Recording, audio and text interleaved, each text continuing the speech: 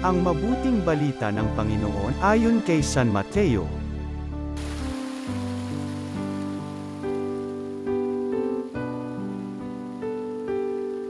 Noong panahong yun, sinabi ni Jesus sa kanyang mga alagad, "Walang makapaglilingkod ng sabay sa dalawang Panginoon sapagkat kapupuotan niya ang isa at iibigin ang ikalawa, paglilingkuran ng tapat ang isa at hahamakin ang ikalawa.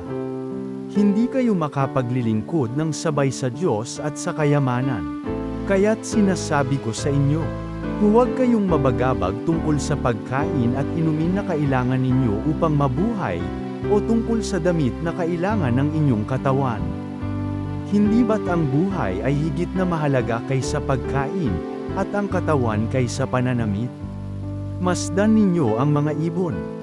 Hindi sila naghahasik ni nag-aani o kaya'y nagtitipon sa bangan. Gayunman, pinakakain sila ng inyong amang nasa langit. Hindi ba't higit kayong mahalaga kaysa mga ibon? Sino sa inyo ang makapagpapahaba ng kanyang buhay ng kahit isang oras sa pamamagitan ng kanyang pagkabalisa? At bakit kayo nababagabag tungkol sa pananamit? Isipin ninyo kung paano sumisibol ang mga bulaklak sa parang, hindi sila nagpapagal ni humahabi man. Ngunit ito ang sasabihin ko sa inyo. Maging si Solomon ay hindi nakapagsuot ng kasing ganda ng isa sa mga bulaklak na ito, bagamat napakariringal ang mga damit niya. Kung ang mga damo sa kabukiran, na buhay ngayon at kinabukas ay iginagatong sa kalan, ay dinaramta ng Diyos, kayo pa kaya? Kay liit ng pananalig ninyo sa Kanya. Kaya't huwag kayong mabalise tungkol sa inyong kakanin, iinumin, o daramtin. Sapagkat ang mga bagay na ito ang kinahuhumalingan ng mga taong wala pang pananalig sa Diyos.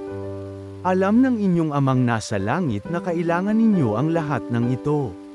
Ngunit pag sumakita ninyo ng higit sa lahat ang pagharian kayo ng Diyos at mamuhay ng ayon sa Kanyang kalooban, at ipagkakaloob niya ang lahat ng kailangan ninyo. Kaya, huwag ninyong ikababahala ang para sa araw ng bukas, saka na ninyo harapin kapag ito'y dumating. Sapat na sa bawat araw ang kanyang mga suliranin.